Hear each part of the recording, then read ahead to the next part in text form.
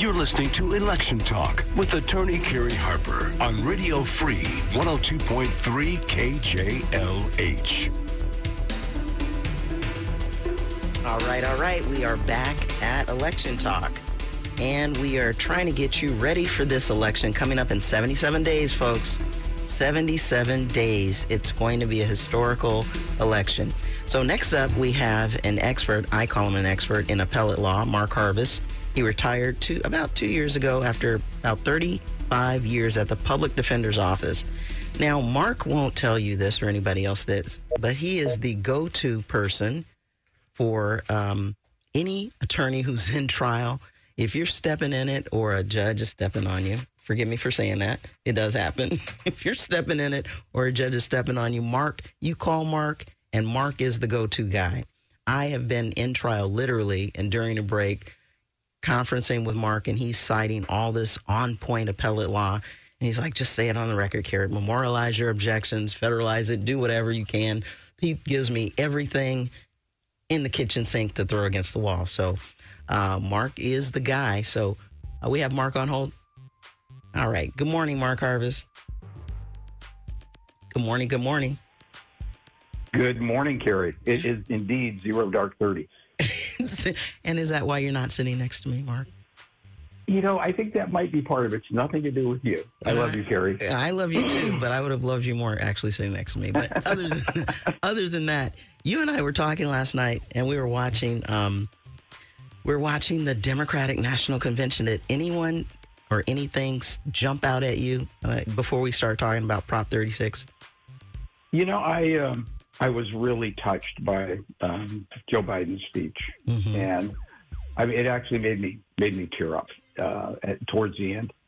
He, I mean, it was a lot for him to put the country first and bow out so that the vice president could, take the seat and run for the big job. So he did the right thing, but I imagine it was really hard for him, and I was really touched by that. I also loved AOC's speech. And Hillary Clinton's speech. She was great. They were on fire. Hillary Clinton got the applause like a rock star. She got her flowers, and I was so glad that they gave this woman her flowers. My God, what she's been through. And, and then Ashley Biden, Joe Biden's daughter, who was, I guess she said she was a social worker in Philadelphia. She called her dad the love of our lives and the life of our love. I thought that was very poignant. And that was very special. I agree with that. Yeah, I totally agree. You know what I like, too? I like this guy. I never heard of him before. He was the president of the the UAW, the United Auto Workers. Sean Fain said Kamala Harris is one of us. Now, I like that he's speaking to a lot of people that look like him.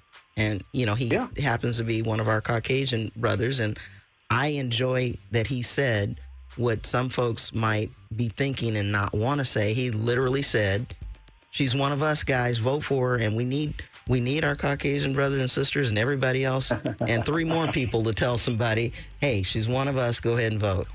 Yeah, that was the whole thing. I thought that the first night of the convention was marvelous. Mostly, the speeches were great. The energy is incredible. And then, absolutely incredible. And then VP Harris came out like a rock star. She surprised everybody. Yes. I didn't think we were supposed to see her this early. Yes, yeah. And then she went on stage to hug Joe, and boy, that's where I really got teary. Yeah, so I was really impressed. I think it's authentic. It's not pretend. It rang really genuine, and I was grateful for that. Mark, yes, I agree. We were talking about Prop 36 and how it seemed to engulf Prop 47. Do you want to touch on each of those a little bit and just describe what the first one is for Prop 47, because that was enacted when you were still, Sure. Prop 47 was enacted back in 2014, so it's 10 years old now. And it was actually passed by almost 60% of the voters. The yeses had 1.2 million more votes than the noes, so it was very popular. And the whole point of it was a recognition that just taking these minor crimes like they're nonviolent crimes. I mean, they're important to the people that are the victims, but they're nonviolent crimes. Things like some shoplifting and crimes like that, they're nonviolent. These aren't robberies. These aren't home burglaries or anything like that. They're just shoplift, and also taking some drug crimes. And prior to Prop 47, some of these crimes were either felonies, like possession of cocaine was a straight felony, or some of them were what are called wobblers, meaning the prosecutor could file them as either a misdemeanor or a felony. And it seemed like at the time, and it still seems that way some of the time, the prosecutors would overfile cases. You have something that's basically a petty theft from a department store, and the prosecutor would always file, say, for example, a felony burglary. And the voters said, you know what, that's just a little too much. We've got too many people in prison. There's a racial disparity with the people that go to prison. More people of color are in prison. The sentences tend to be harsher for people of color. So they wanted to say, look, we're going to decrease these to misdemeanors. They're all nonviolent. There are a lot of exclusions. And then we're going to say we're not going to send people to prison. We're going to send them to county jail. We're going to give them a misdemeanor sentence. And then they took the money that was saved, and in the 10 years, it's been estimated that it's $800 million. Wow. And they took that money. They took that. The LA Times reported a couple of days ago it's $100 million. They were wrong. It's $800 million, according to the Vera Institute. 60% of that money went to CDCR in order to do mental health and when you say drug abuse treatment. Break down CDCR for us. That is the California Department of Corrections and Rehabilitation. But it's used through them for drug abuse treatment and mental health treatment. Another 25% of that money went to the State Department of Education to support truancy programs and dropout programs. And then the last 10% went to support victims of crimes who suffer from trauma. So it reduced the prison population. When it reduced the prison population, it freed up money, and that $800 million comes from that. Another benefit was it allowed folks who had felony convictions for the crimes that are in the statute to go to court and get those reduced to misdemeanors. And that's really important for folks. You know, somebody could have 5, 10 years ago, longer, 15 years ago, been convicted, say, of cocaine, simple cocaine possession as a felony. And think of how that affects their ability to get a job. I mean, if you go in, you're looking for a job, and you've been convicted of a felony. I mean, of course, you know, you can run for president with 34 felony convictions, but you can't get a job. And it's extremely difficult. So this allowed those folks to come in, get those felonies reduced, including some people who were in prison to come in and say, okay, I should be doing less time because now it's a misdemeanor. And it reduced, I'm not sure the numbers, but I understand it reduced the prison population something like by 28%. So more people now go to county jail than would go to prison because of Prop 47. Right. And so with now Prop 36, we're going to be facing having nonviolent folks in there, and it's going to be overcrowding for when you actually get violent folks that you need to have in there, right? Yeah, that is one of the problems with what Prop 36 does. Is it doesn't eliminate Prop 47, but it rolls it back. And so there's new penalties for drug use and a broad range of theft offenses. So, and some new sentencing enhancements, which means that more people are going to go to prison.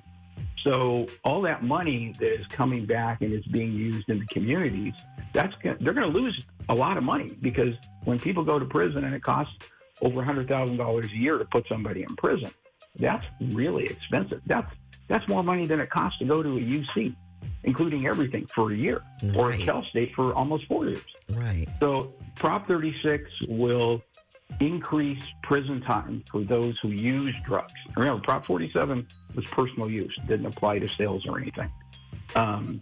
So it will mandate some drug treatment in some cases. It also reduces funding for such treatment. So you're going to mandate treatment, but then you're going to reduce funding. So that's kind of weird. That doesn't work.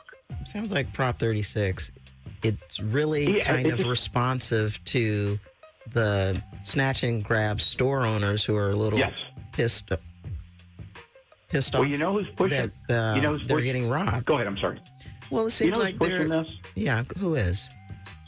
The retailers like Target and Walmart. Exactly. And let me tell you one other group that's pushing it. California Correctional Peace Officers. They're the ones that staff the prisons.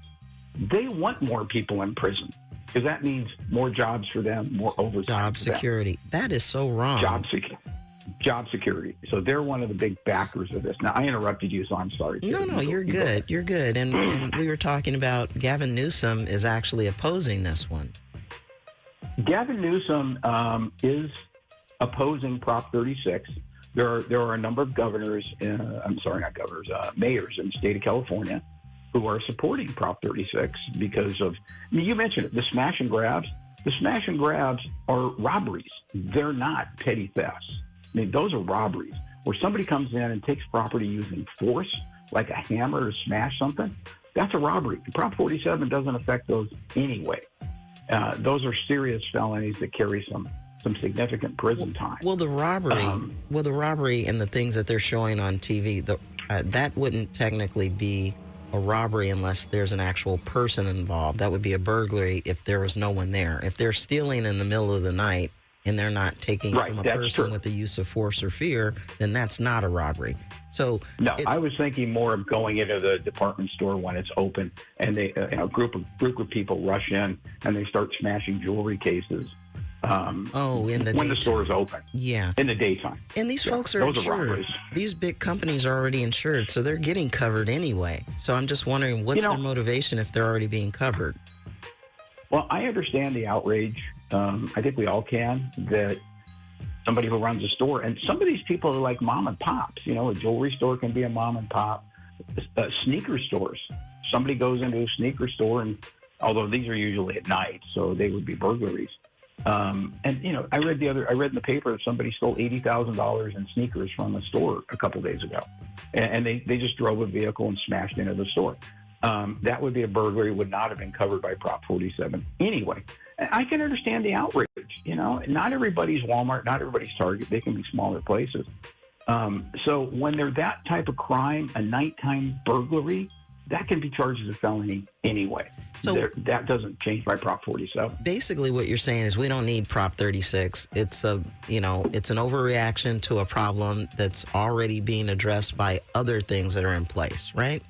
Yeah, yes, exactly. The governor just signed, I think it was Friday, 10 bills that all or almost all deal with the retail crime problem. 10 bills. Some of what he signed is duplicative of what's in Prop 36. Mm-hmm. So while the legislature has been criticized for not doing anything and just letting this happen, they did act. The governor signed 10 bills, and they will make a difference. One of the big ones that I think is a big one is the idea of aggregating value. So if somebody goes into 10 different stores, they go into Kohl's, they go into Target, they go into Walmart, and they steal $200 in each store, then that's 10 petty thefts. But if under the new law, they can combine all those. So 10 $200 thefts is $2,000, then that gets the felony level. Couldn't do that before. So that's something new that one of the bills that the governor signed allows that.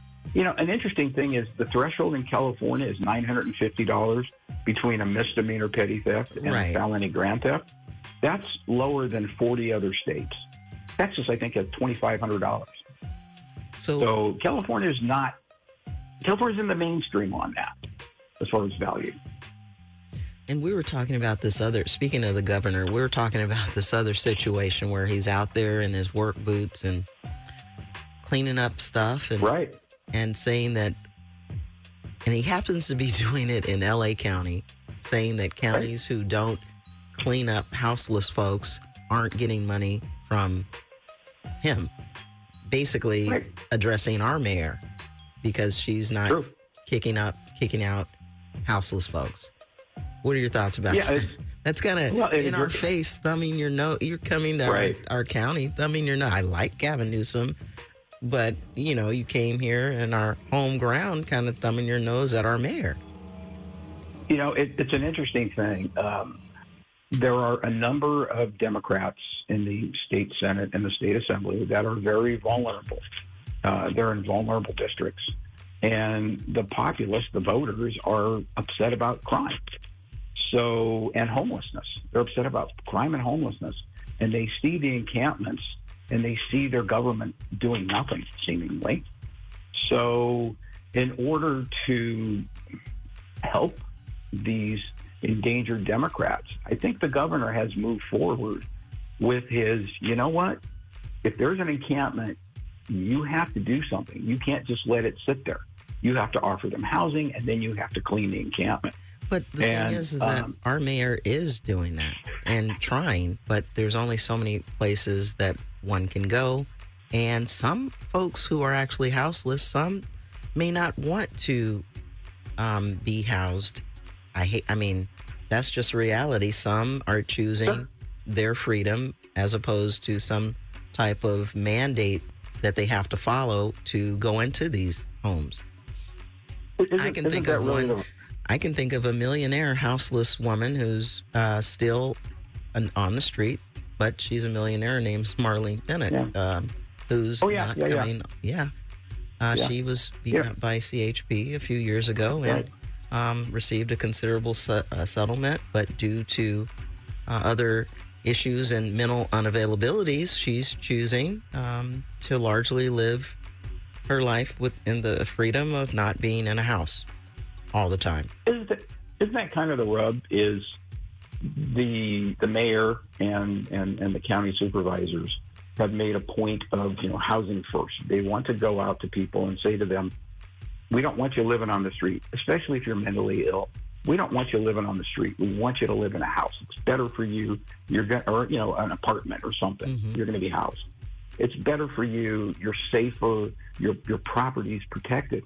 So people will go in, but not everybody. And so when people don't go in, then that's the rub of what do you do?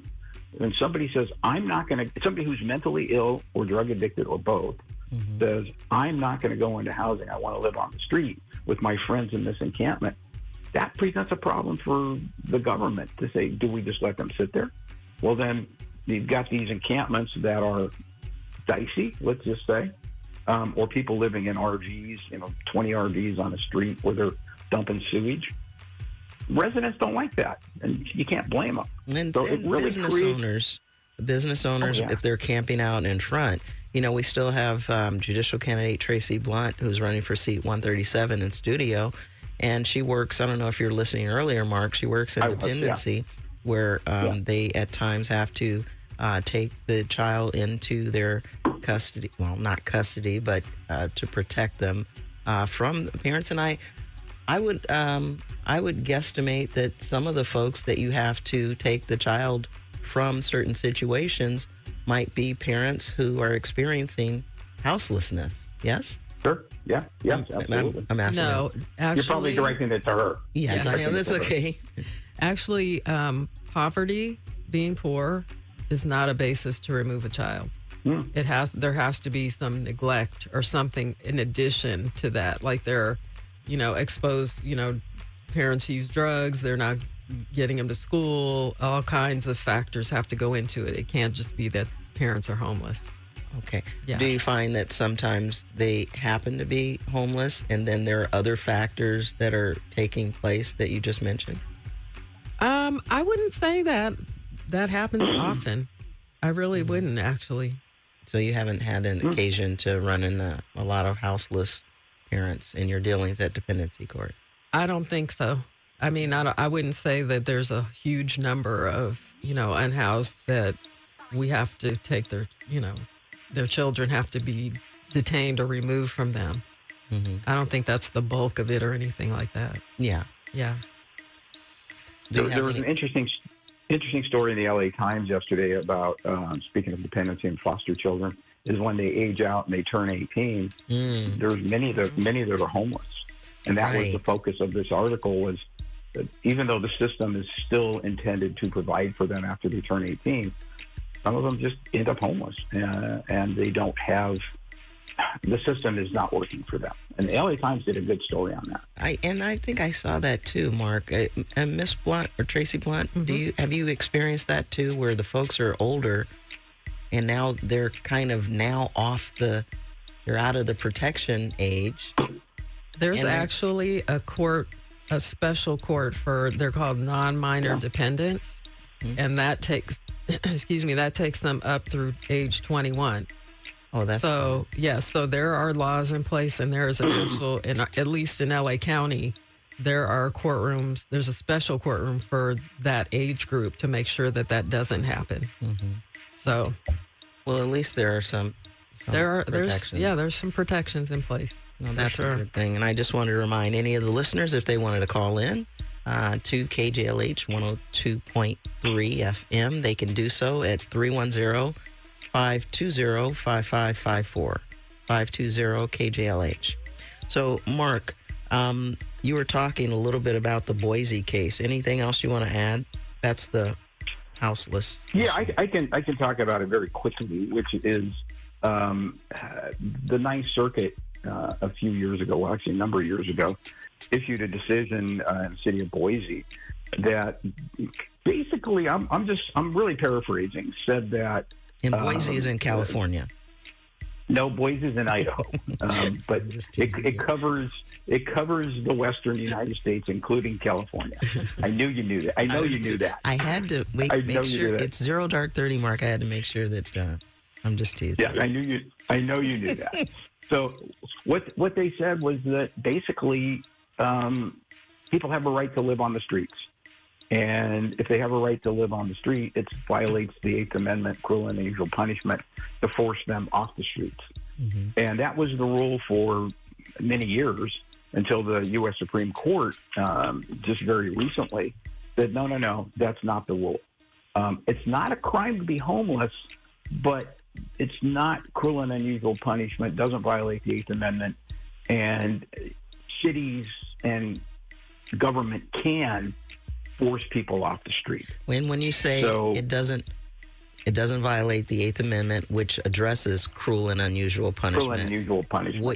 What you're saying is that the government kicking folks off the street is not cruel and unusual punishment pursuant to this case that went to the Supreme Court said. Yes, so it went up from Boise, from that one area. The Supreme Court pulled it up so that they can make this decision to apply it to all the states, not just Boise, Idaho, right? Yeah, I think the case was actually a subsequent case out of Oregon. And so it wasn't specifically the Boise case, but it was the rule that the Ninth Circuit adopted in Boise that was being challenged through a city in Oregon. But so that's what they ruled, is they overruled Boise. And as I just said, it now allows communities to forcibly remove people, which is what we know Mayor Bass is doing some of that, but she has her Inside Safe program, which is designed to bring people off the streets and not just moving from one place to another, which is the problem. And when you say Inside Safe, the letters SAFE, that's an acronym for... Yes. I don't even know what that stands That's for. Okay. I just knew it was Inside Safe. Right. I think we have a caller coming in, Mark. You want to hang on for a second? Yeah, sure. So, good morning, caller. Do we have a name? Okay, well, we don't necessarily have one right now, it looks like. Okay, so, good morning. Good morning. How are you? I'm blessed and highly favored. Who am I speaking with? Doesn't show a name. Miss C, how are you today? Miss C, I'm blessed. How can I help you? So the lady on, I didn't catch her name because I tuned in late. She stated that there's a special court that protects foster youth once they've aged out at 18 to 21.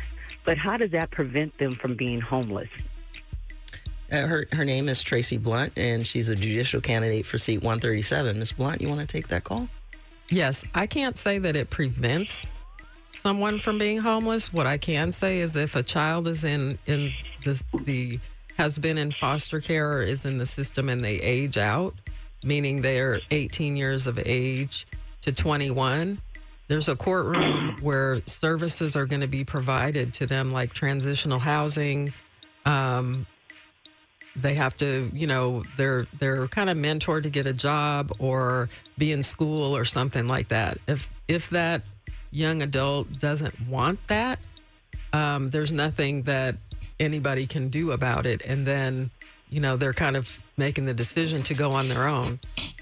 But there were laws put in place to prevent that age group from, being on the street. And is transition housing, is that an apartment or is that a group home? Transitional housing is like an apartment.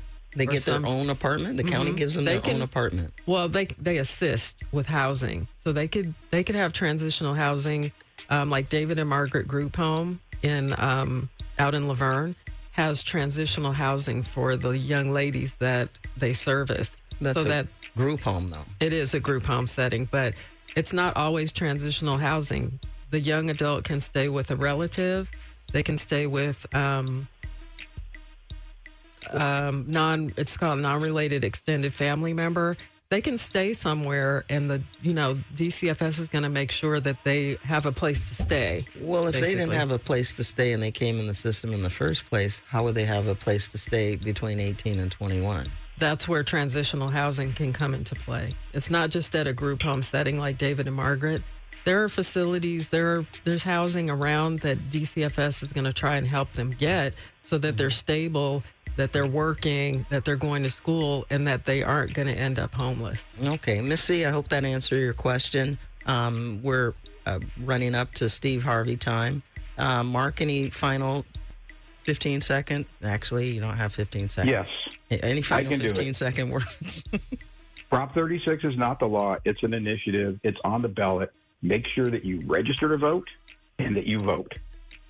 That'll make a difference. And we want to say that, there is a quote-unquote deadline at the end of October to register to vote. However, if you find yourself, we don't want you to wait till the last minute, but if you find yourself past that date, you can still register and vote, but your vote will be viewed as a conditional ballot. We want you to vote no matter what. Even if you think you caught a little felony situation, still go vote because we got a felon on the ballot. No matter what, still go vote. Everybody, how about you vote early? Yes. Don't wait till the last minute, vote early.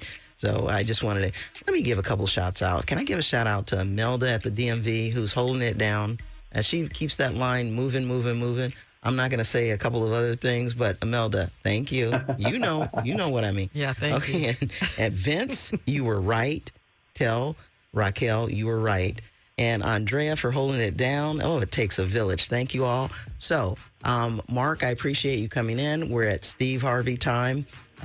Be sure to turn in every Tuesday for Election Talk. We're going to do this up until Election Day. I'm Carrie Harper, and that is the end of Election Talk. Thank you, guys. 102.3 KJLH and KJLH HD, Compton, Los Angeles, Long Beach, and Inglewood. Radio